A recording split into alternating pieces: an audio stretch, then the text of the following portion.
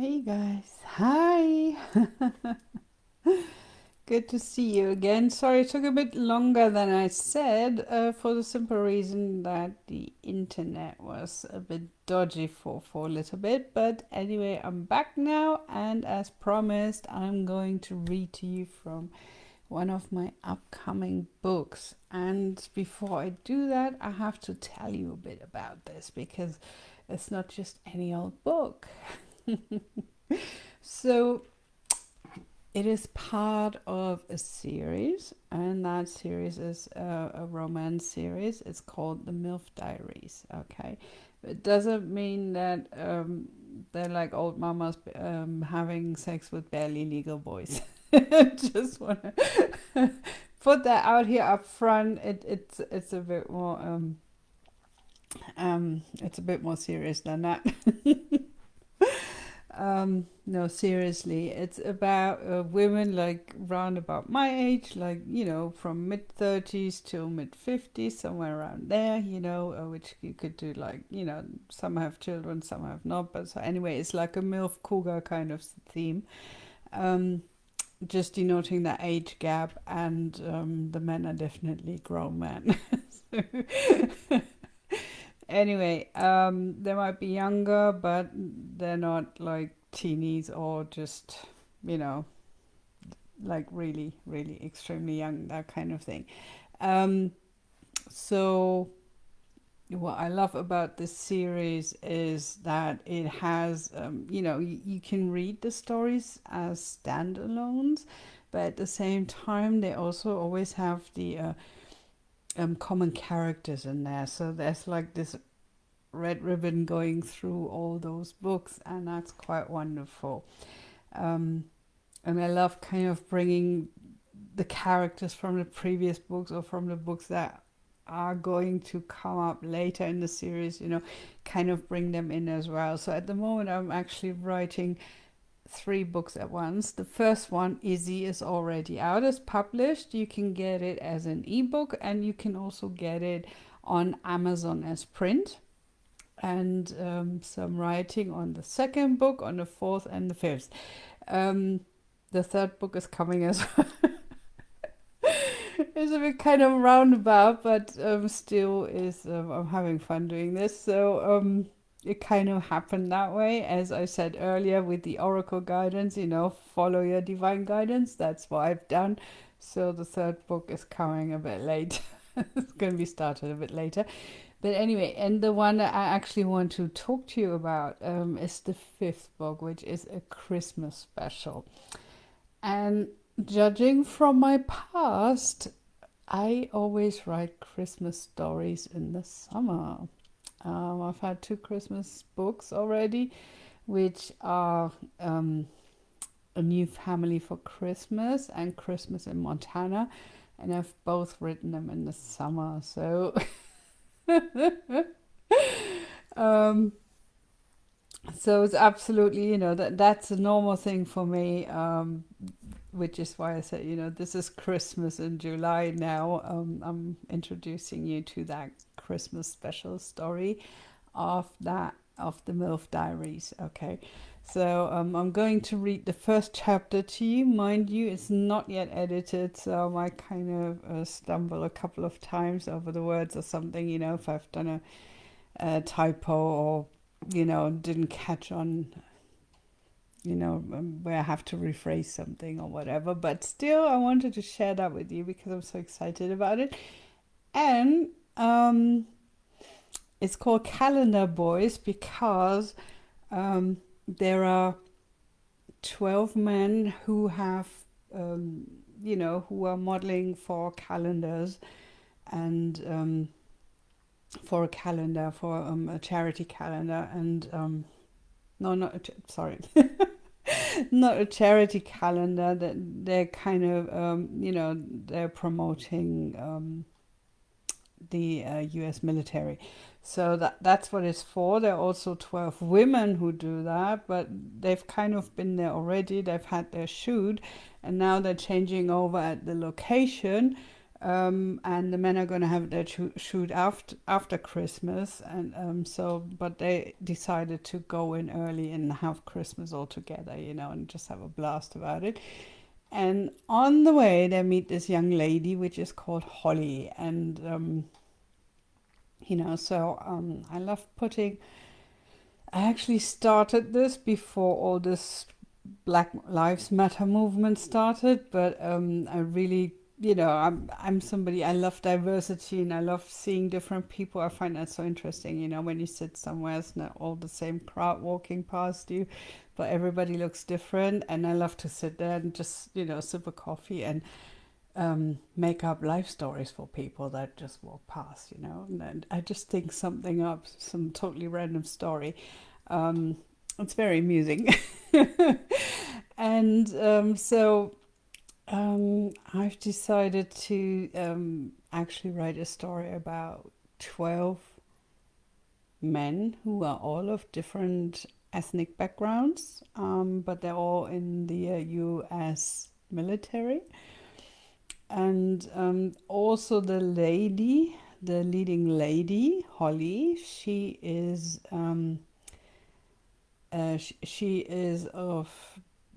she's black. She's a black lady, but she's also she was adopted, so she's grown up in a totally white, like, very white mindset kind of family as well. But they're very loving and open and everything. So she's got a sister who is the natural child of her adopted parents, and the sister is married to an Indian woman, and they have a child together, and one more is on the way. So it's kind of, you would think this white family is totally traditional and stuff, but they're very, in their own, they have their traditions, which are very typically what you would think like a middle class white family would be like. But at the same time, they're also very open and loving and embracing everyone for who they are. So and they're always having Christmas together in that place where you can rent lodges, and and like the whole family goes there, and aunt and uncle as well with their children. And they've got a younger daughter and also a son who is gay, and who's got a life partner as well. So they're kind of all celebrating together, and that's where Holly is actually going, and she's going for the first time without her boyfriend, who just broke up with her. So that is the background of the whole story, and I'm gonna read the first chapter to you now, and I hope you like it. Okay, so here we go. Let me put on my reading glasses, because otherwise it'll be a bit difficult. Excuse the reflection, but I can't help it, can I? So anyway, number 1.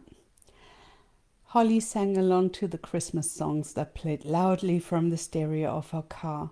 She was trying to get into the spirit as a vehicle snaked its way up a mountain path. The weather was bright, sun rays reflected on the snow-covered ground and sparkled into her eyes.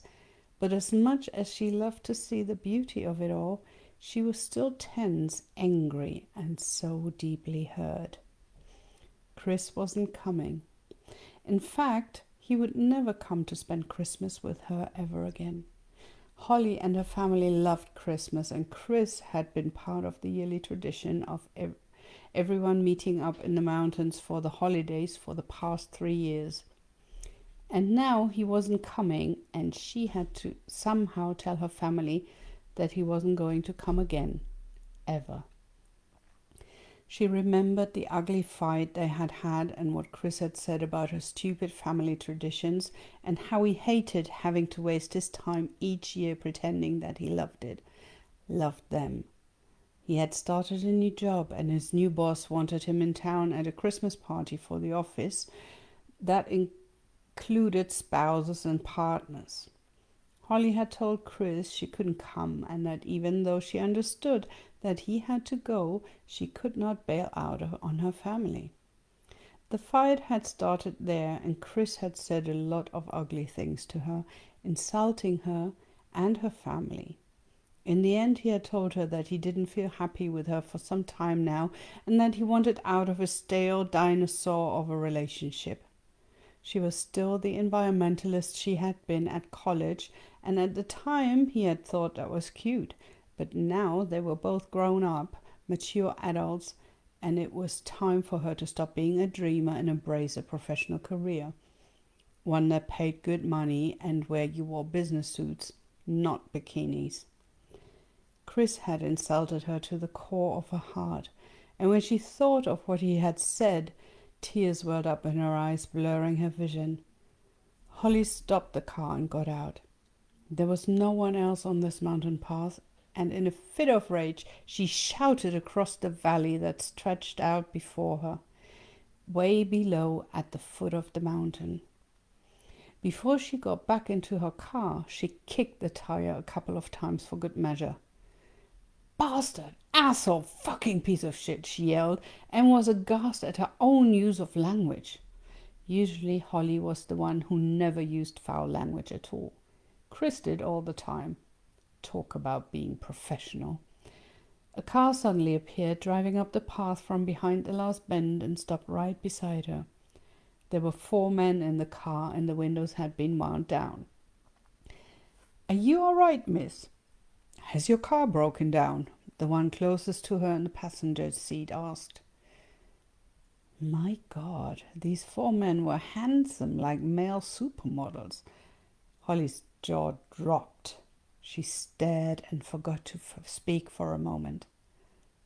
"Ma'am?" the man behind the steering wheel asked, leaning over to look at her.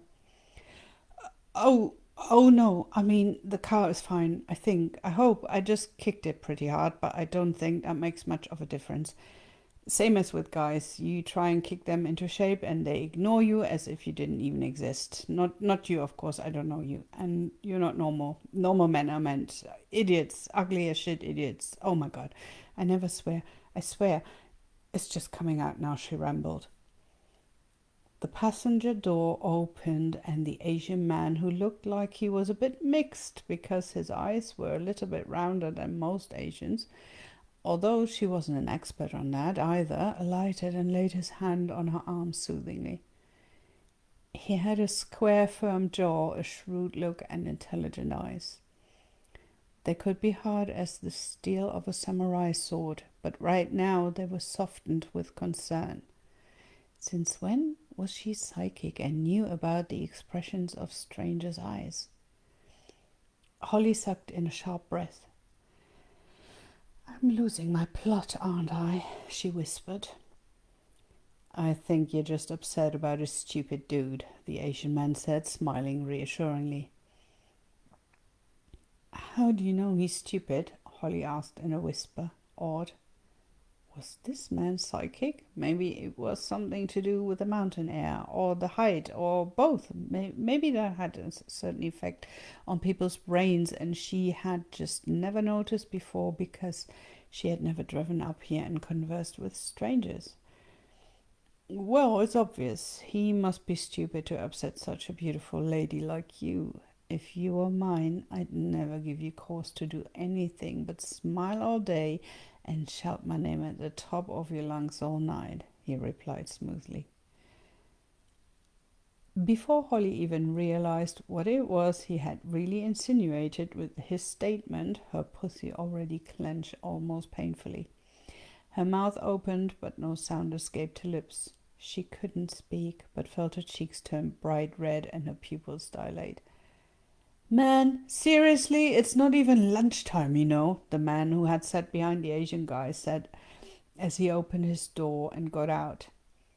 He was black, taller and bulkier than the Asian guy, and he carried himself as if he was prepared to throw someone over the top of the mountain with one hand if the person so much as looked at him in the wrong way. But when he came up close, Holly saw that his eyes were kind, protective. She felt instantly safe with him and wished she could just sink into his arms and be a little girl again. She felt in his presence like she had felt with her dad when she was 5. But Holly didn't want to ride on his knee. She wanted to ride a wholly more adult body part of his. And what on earth did she think staring at him anyway? She quickly lowered her eyes and looked at her feet. Would you like one of the guys to drive your car and you ride with us? I don't feel comfortable leaving you alone to drive in the emotional state you're in. These roads can be somewhat treacherous and demand a high level of concentration, Big Daddy said. Big Daddy? What on earth had Chris done to her brain? He had put some of his party pills in her drink to get back at her?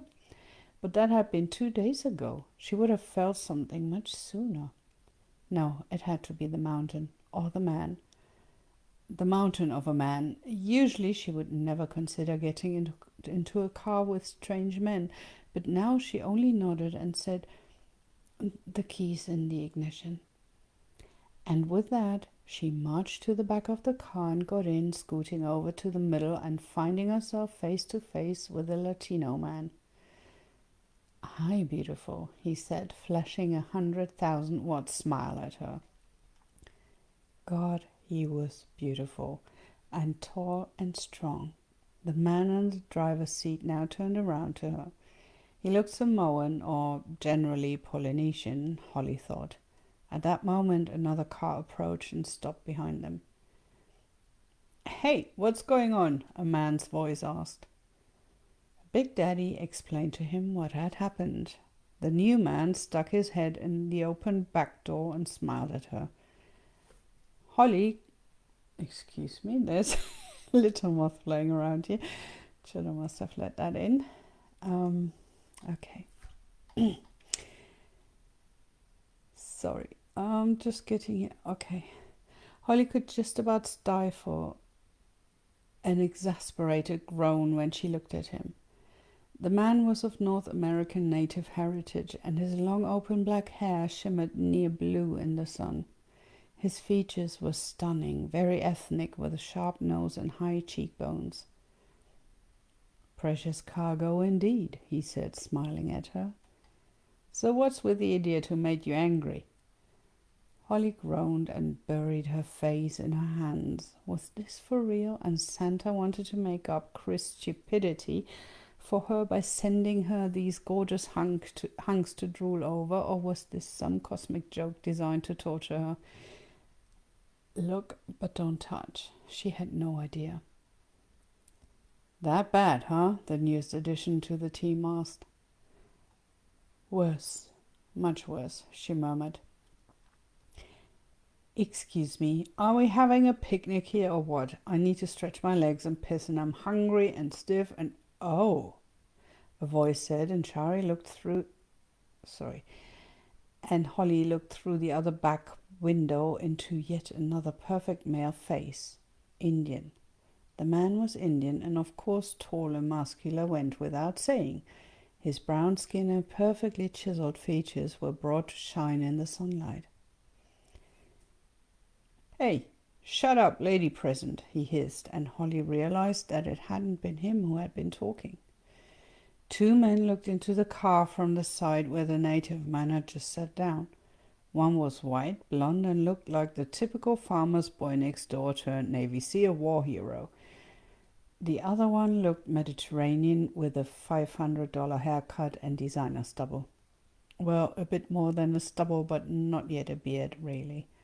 Holly wasn't sure what the length was called, but it looked sexy as hell. The white man blushed crimson when he saw Holly. My apologies, ma'am. I had no idea. Forgive me, please, he said. Holly nodded. She couldn't believe that in the middle of nowhere, in the mountains of Montana, of all places in the world, she was suddenly surrounded by the sexiest men the world had to offer, all from a different ethnic background. And how many had there been now? 6 or more? Another car seemed to catch up at the end of the line, and there was more talk, and then another 4 men came up to the car and eyed Holly curiously. One looked Malay, the next like an indigenous native South American, the third Aboriginal of all people in the world, and the last man Arabic. Holly's head was reeling. She didn't know what to do or think, and she was seriously questioning her sanity by now. This was not happening to her. It couldn't be. 12 men from all different backgrounds, one looking hotter than the next. She couldn't believe it. It was sensory overload, and her pussy was in all kinds of trouble. Gosh, she's cute. Trust you to find the only girl in 100-mile radius and such a beauty as that, the Malay told Big Daddy, the bulky black guy who was even bigger than the Rock Dwayne Johnson. The Southeast Asian man had the beautiful, almost feminine features of the Malay or Indonesian people. Yet there was nothing feminine about him. He was all man, all masculine, and even though Big Daddy dwarfed him, he had a presence that held its own power. Seeing the two men standing together and looking at her as if she was the prey of those two fierce predators made Holly's pussy clench painfully. She shifted in her seat and in the process rubbed thighs with the two men sitting on either side of her, the Latino and the Native American. You don't have to be scared. I know it's a lot being surrounded by all these men, but we wouldn't ever do anything to disrespect, let alone hurt you, the native man on her right said. Never. There is nothing more beautiful than to see a woman happy and radiant with joy. And, well, you know, the Latino on her left said. I would have rather expected to see a group like yours in a metropolitan environment and not in cowboy land here in the middle of nowhere, Holly said quietly. What are you doing here? We were all shooting for a calendar in Los Angeles. You know, Black Lives Matter inspired this multi-ethnic calendar showing how beautiful people are all over the world, no matter where you go or look. So we are the models, the native man explained. Yep, and we all got on so well we decided to make a special Christmas charity edition to support human rights organizations that support especially matters that go against racism, and that the Latino man told her. That is so beautiful, Holly said, laying her hand over her heart instinctively. I will definitely buy that calendar. This year won't be a calendar. It'll be a book with wild animals and men. You know, bears, wolves, pumas, that sort of thing. They have a national park here, and we'll stay just outside in a log cabin for the holidays. And then the camera team is joining to do the work. We thought we might as well make a holiday out of it while we're at it. The women have already been. They should have left this morning, and we're taking over their accommodation now, the Samoan in the driver's seat told Holly. Wow, that is amazing. So there are 12 ladies just like you? I mean, all different ethnicities who do the female version of this project? Holly asked. Yep, all equal rights, not just by skin color, but also by gender, the Indian told her, leaning in through the open window. His eyes raked over her body, but not in a way that made her feel disrespected, but in a way that left her pussy throbbing. She swallowed hard. Too much testosterone, the Latino chuckled. Oh, no, I mean, I'm fine, thank you. I'm not scared of you, Holly answered quickly. I didn't mean that, the man answered and brushed a loose strand of hair behind her ear in a sensual manner that took her breath away. I think you're not wholly unaffected, darling, are you? He whispered, his breath teasing her lips like a caress. Well, it is not usual occurrence to find oneself in the company of 12 calendar models in the middle of nowhere in the mountains of Montana, Holly admitted. The man chuckled at that. Santa is being very good to you, the native man told her. Holly had turned to the Latino man when he had addressed her, and now had the native man at her back. She tried to turn around to him, but the Latino gently caught her jaw in one hand and made her look at him. With his other hand, he took hers in his. At the same time, she felt the man behind her stroke her hair from her neck. sweeping it to one side, and then he placed a light yet very sensual kiss on the side of her neck. Holly shuddered and could barely suppress a moan. "Raoul, Tuari, what do you think you're doing?" Big Daddy thundered from outside the car. Raoul and Tuari, as the two men flanking her were called, quickly drew back from her, and Tuari got out again. "Raoul, you're going with Daiki in the ladies' car." "I'm sorry, I have not properly introduced myself. I am Maurice," Big Daddy said, and offered her his hand. "Holly," Holly said. "You'll have the back seat to yourself, Holly. I will get in the front seat beside Tane," Maurice said, pronouncing his friend's name like Tane. "The Polynesian sky god?" Holly asked. "I'm officially impressed," Tane said. Holly smiled at him. "Anthropology, especially the Pacific Islands between California and New Zealand, are my hobby. I'm not an expert, but I like to read up on mythology and culture as and when I can," she said. "Wow, smart as well," Tane said.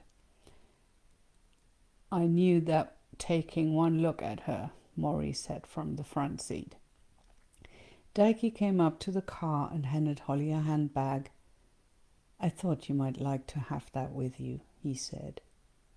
"Oh yes, thank you. I completely forgot about that. Thank you very much," she said. "You're welcome," Daiki said, nodded politely, and went back to her car. Maurice knocked on the roof with his fist through the open window. "Okay, guys, let's go. We're not in summer camp here. Let's move it." With that, everyone quickly piled into their respective vehicles, and the convoy started to move. So, that was Calendar Boys, and that's going to be out in November, just in time for Christmas.